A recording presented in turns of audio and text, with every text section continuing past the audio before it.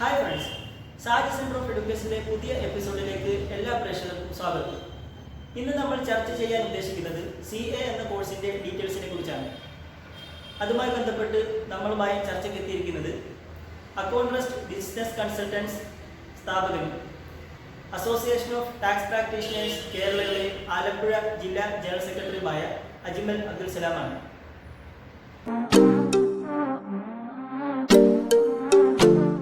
നമസ്കാരം, ഏവർക്കും സ്വാഗതം. ഞാൻ അജ്മൽ അബ്ദുൽ സലാം, GST പ്രാക്ടീഷണർ. നമ്മൾ ഇന്ന് ഈ എപ്പിസോഡിൽ ഡിസ്കസ് ചെയ്യാൻ ഉദ്ദേശിക്കുന്നത് CA എന്ന് പറയുന്ന ഒരു കോഴ്സിനെ കുറിച്ചാണ്. It's A professional course. ഇതിന്റെ ഫുൾ ഫോം എന്ന് പറയുന്നത് ചാർട്ടേഡ് അക്കൗണ്ടന്റ് എന്നാണ്. നമ്മൾ ഒരുപാട് പ്രൊഫഷണൽ കോഴ്സുകളെ കുറിച്ച് കേട്ടിട്ടുണ്ട്. MBBS അല്ലെ എഞ്ചിനീയറിംഗ്, LLB, അതുപോലെ തന്നെ അല്ലെങ്കിൽ അതിനേക്കാൾ കുറച്ചുകൂടി മികച്ചു നിൽക്കുന്ന ഒരു കോഴ്സാണ് CA. കൊമേഴ്സ് ബാച്ചിൽ നിൽക്കുന്ന അല്ലെങ്കിൽ കൊമേഴ്സ് സ്റ്റുഡൻസിനെ സംബന്ധിച്ചിടത്തോളം അവർക്ക് എത്തിച്ചേരാൻ പറ്റുന്ന അല്ലെങ്കിൽ അവർക്ക് കംപ്ലീറ്റ് ചെയ്യാൻ പറ്റുന്ന ഏറ്റവും ഹയസ്റ്റ് പ്രൊഫഷണൽ കോഴ്സാണ് CA. CS ഉണ്ട്, കമ്പനി സെക്രട്ടറി ഉണ്ട്, അല്ലെങ്കിൽ കോസ്റ്റ് അക്കൗണ്ടന്റ് ഉണ്ട്. അതുപോലെ തന്നെ അതിലും മികച്ചിരിക്കുന്നതാണ് CA എന്ന് പറയുന്ന ഒരു കോഴ്സ്. പലർക്കും ഒരു തെറ്റിദ്ധാരണയുണ്ട്, കൊമേഴ്സുകാർക്ക് മാത്രം പഠിക്കാൻ കഴിയുന്ന ഒരു കോഴ്സാണ് CA എന്നുള്ളത്. പക്ഷെ അത് തെറ്റാണ്. സയൻസ് ബാച്ചിലുള്ളവർക്കും സയൻസ് സ്ട്രീമിൽ പഠിച്ചവർക്കും CA എന്ന് പറയുന്ന കോഴ്സ് കംപ്ലീറ്റ് ചെയ്യാവുന്നതാണ്. മറ്റ് എല്ലാ പ്രൊഫഷണൽ കോഴ്സിൽ നിന്നും CA വ്യത്യസ്തമാക്കി നിർത്തുന്ന ഒരു പ്രധാന ഘടകമുണ്ട്. നമ്മൾ സാധാരണഗതിയിൽ MBBS-ഓ എഞ്ചിനീയറിംഗോ LLB-യോ പഠിക്കാൻ തീരുമാനിച്ചാൽ നമ്മൾ എന്താണ് ചെയ്യുന്നത്? നമ്മുടെ ഒരു എൻട്രൻസ് എക്സാം ആദ്യം പോയി പാസ്സാകും. എൻട്രൻസ് എക്സാം പാസ്സായതിൽ നിന്ന് കിട്ടുന്ന റിസൾട്ടിന്റെ റാങ്ക് ലിസ്റ്റിന്റെ അടിസ്ഥാനത്തിൽ നമുക്ക് ഏതെങ്കിലും യൂണിവേഴ്സിറ്റിയുടെ അണ്ടറിൽ പ്രവർത്തിക്കുന്ന ഒരു കോളേജിൽ അഡ്മിഷൻ ലഭിക്കും. ആ കോളേജിൽ പോയി നമ്മൾ MBBS-ഓ LLB-യോ ആണെങ്കിൽ 5 വർഷം പൂർത്തീകരിക്കും. എഞ്ചിനീയറിംഗ് ആണെങ്കിൽ 4 വർഷം പൂർത്തീകരിച്ച് കഴിയുമ്പോൾ നമുക്ക് ഗ്രാജുവേഷൻ ലഭിക്കും. പക്ഷെ CA അങ്ങനെ പൂർത്തീകരിക്കാൻ പറ്റുന്ന ഒരു കോഴ്സ് അല്ല. ICA എന്ന് പറഞ്ഞ institute of chartered accountants of India എന്ന് പറയുന്ന സ്റ്റാറ്റ്യൂട്ടറി ബോഡിയുടെ കീഴിൽ പ്രവർത്തിക്കുന്ന ഒരു കോഴ്സാണ്. അത് ഇന്ത്യയിൽ കൃത്യമായി കോളേജുകൾ നമുക്ക് പോയി പഠിക്കാൻ കോളേജുകളില്ല, യൂണിവേഴ്സിറ്റികളില്ല. അങ്ങനെ ഒന്നും തന്നെ CA എന്ന് പറയുന്ന കോഴ്സിനെ സംബന്ധിച്ച് ലഭ്യമല്ല. +2 കഴിഞ്ഞാണ് നമ്മൾ CAക്ക് ജോയിൻ ചെയ്യാൻ ഉദ്ദേശിക്കുന്നെങ്കിൽ CPT എന്ന് പറയുന്ന ഒരു എൻട്രൻസ് എക്സാം നമ്മൾ പാസ്സാകാൻ പോകും. CPT എന്ന് പറഞ്ഞു കഴിഞ്ഞാൽ കോമൺ പ്രൊഫഷൻസി ടെസ്റ്റ്. നമ്മൾ LLB-യുടെ എക്സാം പോലെ അല്ലെങ്കിൽ എഞ്ചിനീയറിംഗ് എക്സാം പോലെ ഒരു എൻട്രൻസ് എക്സാമാണ് CPT. ഇതിന് 4 പേപ്പറാണുള്ളത്. ഓരോ പേപ്പറും 100 മാർക്ക് വീതമാണുള്ളത്. അഗ്രിഗേറ്റ് ടോട്ടൽ ആയിട്ടുള്ള 200 മാർക്ക് നമ്മൾ കരസ്ഥമാക്കുകയാണെങ്കിൽ നമുക്ക് CPT പാസ്സായി നമുക്ക് CAക്ക് ജോയിൻ ചെയ്യാൻ കഴിയും. മെഡിക്കൽ എൻട്രൻസ് അല്ലെങ്കിൽ എഞ്ചിനീയറിംഗ് എൻട്രൻസ് പ്രത്യേകത എന്താണ്? നമ്മുടെ എൻട്രൻസ് പാസ്സാകുന്നുണ്ട്, നമുക്ക് കൃത്യമായ ഒരു മാർക്കില്ല. നമ്മൾ റാങ്ക് ലിസ്റ്റിൽ എത്രാമത്തെ റാങ്കാണോ വരുന്നത് ആ റാങ്കിനനുസരിച്ചാണ് നമുക്ക് അഡ്മിഷൻ വരുന്നത്. പക്ഷേ CA എന്ന് പറയുന്ന കോഴ്സിന്റെ പ്രത്യേകത അതല്ല. 200 മാർക്കിൽ കൂടുതൽ ലഭിക്കുന്ന എല്ലാവർക്കും CA എന്ന് പറയുന്ന കോഴ്സിലേക്ക് പ്രവേശനം ലഭിക്കുന്നതായിരിക്കും. ഇനി ഡിഗ്രി കഴിയാണ് ഞാൻ CAക്ക് ജോയിൻ ചെയ്യാൻ ഉദ്ദേശിക്കുന്നതെങ്കിൽ BCom സ്റ്റുഡന്റ് ആണ് ഞാനെങ്കിൽ എനിക്ക് 55% മാർക്ക് എനിക്ക് ഡിഗ്രിക്ക് ഉണ്ടായിരിക്കണം. ഇനി BCom ഇതര സ്റ്റുഡന്റ് ആണ് ഞാനെങ്കിൽ 60% മാർക്ക് എനിക്ക് ഡിഗ്രിക്ക് ഉണ്ടായിരിക്കണം.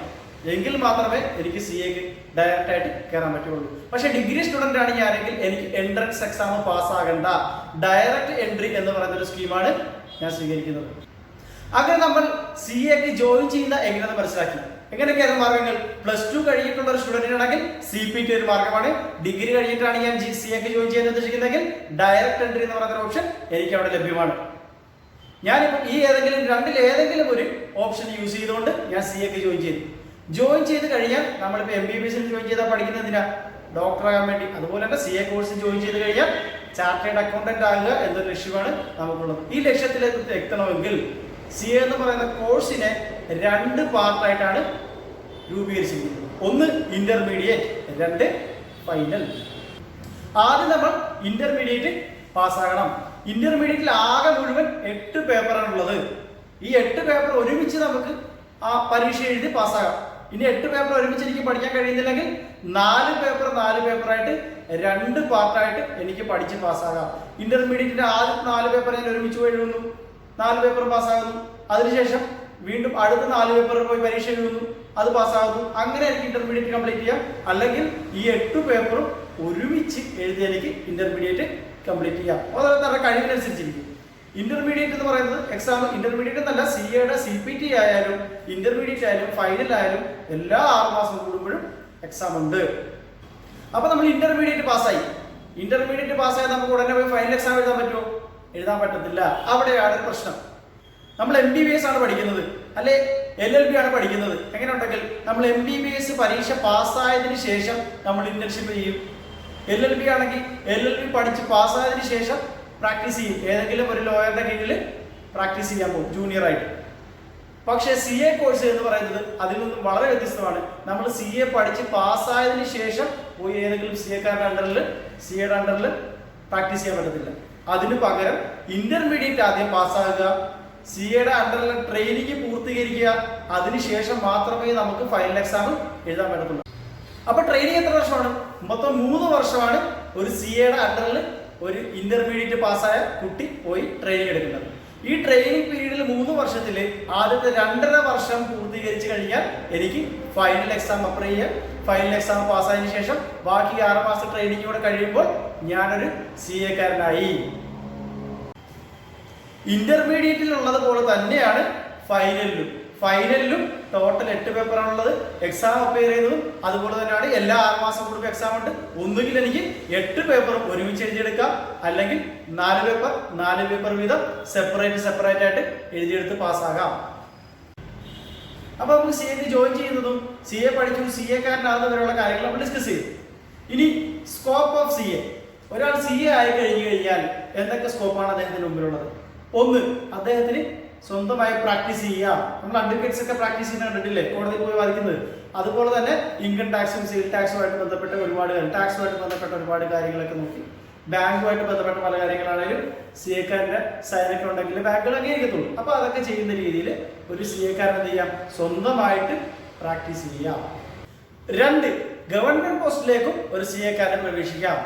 CEO അല്ലെങ്കിൽ CFO, ചീഫ് ഫിനാൻസ് ഓഫീസർ, ഇതിനുണ്ടെങ്കിൽ ഗവൺമെന്റ് റിലേറ്റഡ് പബ്ലിക് സ്ഥാപനങ്ങൾ അല്ലെങ്കിൽ ഗവൺമെന്റ് സ്ഥാപനങ്ങളിലേക്ക് ഫിനാൻസ് മാനേജർ അതുപോലുള്ള പോസ്റ്റുകളിലേക്കൊക്കെ കൂടുതലും CAക്കാരായിരിക്കും വിളിക്കുന്നത്. അങ്ങനെ വിളിച്ച ഗവൺമെന്റ് പോസ്റ്റിലേക്ക് അപ്ലൈ ചെയ്ത് എക്സാം എഴുതി പാസ്സായി ആ പോസ്റ്റുകളിലേക്ക് CAക്കാരൻ പ്രവേശിക്കാം. അപ്പൊ 3, കോർപ്പറേറ്റ് സെക്ടറിൽ വൈഡ് റേഞ്ച് ഓഫ് ഓപ്പർച്യൂണിറ്റീസ് ആണ് CAക്കാരനെ കാത്തിരിക്കുന്നത്. CA പഠിച്ച് പാസ്സായ ഒരു സ്റ്റുഡന്റിനെ സംബന്ധിച്ച്, ഒരു വ്യക്തിയെ സംബന്ധിച്ചിടത്തോളം ഇപ്പോൾ ഒരുപാട് forms of business organisation, multinational companies ഉണ്ട്, അത് തന്നെ പ്രൈവറ്റ് ലിമിറ്റഡ് ഉണ്ട്, പബ്ലിക് ലിമിറ്റഡ് ഉണ്ട്, OPC ഉണ്ട്, 1% കമ്പനി, അതുപോലെ തന്നെ ഒരുപാട് ഫോംസ് ഓഫ് ബിസിനസ് ഓർഗനൈസേഷൻ ഉണ്ട്. ഈ ഏത് തരത്തിലുള്ള ബിസിനസ് ഓർഗനൈസേഷൻ ആണെങ്കിലും ഒരു CA നിർബന്ധമായിട്ടുള്ള സാഹചര്യമാണ് നമുക്ക് നിലവിലുള്ളത്. അതിലേക്ക് CA ആയിട്ടുള്ള ഒരാൾ എടുക്കുന്നു, അല്ലെങ്കിൽ CFO ആയിട്ടുള്ള ഒരാൾ എടുക്കുന്നു, അല്ലെങ്കിൽ ഫിനാൻസ് മാനേജർ ആയിട്ട് ഒരാൾ എടുക്കുന്നു. ആദ്യം പരിഗണിക്കുന്നത് ഒരു CAക്കാരനെ ആയിരിക്കും. CAക്കാരൻ കഴിഞ്ഞ് ഇല്ലെങ്കിൽ മാത്രമേ കോസ്റ്റ് അക്കൗണ്ട് പോലുള്ള മറ്റു കോഴ്സുകൾ പഠിച്ചവരെ പരിഗണിക്കുള്ളൂ. അപ്പൊ CAക്കാരനാണ് എപ്പോഴും ഫസ്റ്റ് പ്രിഫറൻസ്. അപ്പൊ അതിൽ ഒരുപാട് ജോബ് ഓപ്പർച്യൂണിറ്റീസ് ഒരു CAക്കാരൻ നിലവിലുണ്ട്. 4, എബ്രോഡ് ജോബ്. ഇപ്പൊ ഇന്ത്യയിലുള്ള സാധ്യതയെ കുറിച്ചാണ് നമ്മൾ പഠിച്ചത്. ഇനി പുറത്തേക്ക് ഒരു CAക്കാരൻ പോവുകയാണെങ്കിൽ ഇപ്പൊ നിലവിൽ ഇന്ത്യയിൽ ലഭിക്കുന്നതിനെക്കാട്ടി വളരെ വലിയ സാലറി ആയിരിക്കും പുറത്ത് ലഭിക്കുക. ഒരു CAക്കാരൻ എന്ന് പറയുന്ന ഒരു ഹയസ്റ്റ് പ്രൊഫഷനാണ്. ഇപ്പൊ നമ്മൾ ടാക്സിനെ കുറിച്ച് പഠിക്കുകയാണെങ്കിൽ ലോകത്തിലെ തന്നെ ഏറ്റവും ഹയസ്റ്റ് കോംപ്ലിക്കേഷൻസ് ഉള്ള ടാക്സ് സിസ്റ്റം ഇന്ത്യയിലാണുള്ളത്. ഇന്ത്യയിലെ ചാർട്ടേഡ് അക്കൗണ്ടൻസിന് ഗ്ലോബലി വലിയൊരു മാർക്കറ്റാണുള്ളത്. ഇന്ത്യയിൽ നിന്നും CA പഠിച്ച് പാസ്സായ ഒരാൾക്ക് ഗ്ലോബൽ മാർക്കറ്റിൽ വലിയ വാല്യൂ ആണുള്ളത്. നമ്മളിപ്പം ഇന്ത്യയിൽ നിന്ന് പഠിച്ച് പാസ്സായി ഇന്ത്യയിൽ വർക്ക് ചെയ്യുന്നതിനെക്കാട്ടി ഇരട്ടി, അതിൽ 2 ഇരട്ടിയോ 3 ഇരട്ടിയോ സാലറി നമ്മൾ പുറത്ത് പോയാൽ ലഭിക്കുന്നതായിരിക്കും. അപ്പോൾ നമ്മൾ എന്തൊക്കെ ഡിസ്കസ് ചെയ്തു? CAക്ക് എങ്ങനെ ജോയിൻ ചെയ്യാമെന്ന് നമ്മൾ നോക്കി, CA എങ്ങനെ പൂർത്തീകരിക്കാമെന്ന് നമ്മൾ നോക്കി, ഒരു CAയുടെ ഓപ്പർച്യൂണിറ്റീസ്, സ്കോപ്പുകൾ എന്തൊക്കെയാണെന്ന് നമ്മൾ നോക്കി. ഇനി കൊമേഴ്സ് പഠിച്ച് പാസ്സായ, അല്ലെ +2 കൊമേഴ്സ് തിരഞ്ഞെടുത്ത, അല്ലെങ്കിൽ ഡിഗ്രിക്ക് BCom തിരഞ്ഞെടുത്ത, അല്ലെങ്കിൽ BBA തിരഞ്ഞെടുത്ത സ്റ്റുഡൻസിനോട് എനിക്ക് പറയാനുള്ള ഒരു കാര്യം, നമ്മൾ നോക്കൂ, +2 സയൻസ് പഠിക്കുന്ന, കമ്പ്യൂട്ടർ സയൻസ് ആയിക്കോട്ടെ ബയോളജി സയൻസ് ആയിക്കോട്ടെ, അവരെന്താണ് ചെയ്യുന്നത്? +2 പഠിക്കുമ്പോൾ തന്നെ നിർബന്ധമായിട്ടും ഒരു 99% കുട്ടികൾ എന്താണ് ചെയ്യുന്നത്? അവർ മെഡിക്കൽ എൻട്രൻസിന് അല്ലെങ്കിൽ എഞ്ചിനീയറിംഗ് എൻട്രൻസിന് പോകും. അവർ വൺസെങ്കിലും ജീവിതത്തിൽ ഒരിക്കലെങ്കിലും എന്ത് ചെയ്യും? ആ എൻട്രൻസ് ഒന്ന് അപ്പിയർ ചെയ്തിരിക്കും. പക്ഷേ കൊമേഴ്സ് സ്റ്റുഡന്റിനെ സംബന്ധിച്ചിടത്തോളം അവരെന്ത് ചെയ്യുന്നില്ല? CA എന്ന് പറയുന്ന അനന്തമായ സാധ്യതകളുള്ള ഒരു കോഴ്സിനെ കുറിച്ച് അവർ അന്വേഷിക്കുകയോ പഠിക്കുകയോ ഒന്നും ചെയ്യുന്നില്ല. ഒരു കൊമേഴ്സ് സ്റ്റുഡന്റ്, +2 പഠിക്കുന്ന ഒരു കൊമേഴ്സ് സ്റ്റുഡന്റ് നിർബന്ധമായും CAയുടെ എൻട്രൻസ് എക്സാം എഴുതിയിരിക്കണം. അതിനെക്കുറിച്ച് വൺസ് നമ്മൾ ട്രൈ ചെയ്ത് നോക്കിയെങ്കിലും ചെയ്തിരിക്കണം. കാരണം അത്ര അനന്തമായ ഒരു MBBSനുള്ള, അല്ലെങ്കിൽ ഒരു അഡ്വക്കേറ്റിനുള്ള, അല്ലെങ്കിൽ ഒരു എഞ്ചിനീയറിംഗിനുള്ള സാധ്യതകളെക്കാൾ വളരെ കൂടുതൽ സാധ്യതകളുള്ള ഒരു കോഴ്സാണ് CA. അതുകൊണ്ട് തന്നെ മെഡിക്കൽ സ്റ്റുഡൻസ് അല്ലെങ്കിൽ എഞ്ചിനീയറിംഗ് സ്റ്റുഡൻറ് ചെയ്യുന്ന അതേ പാറ്റേൺ തന്നെ കൊമേഴ്സ് സ്റ്റുഡൻസും ചെയ്ത് ശീലിക്കേണ്ടതായിട്ടുണ്ട്.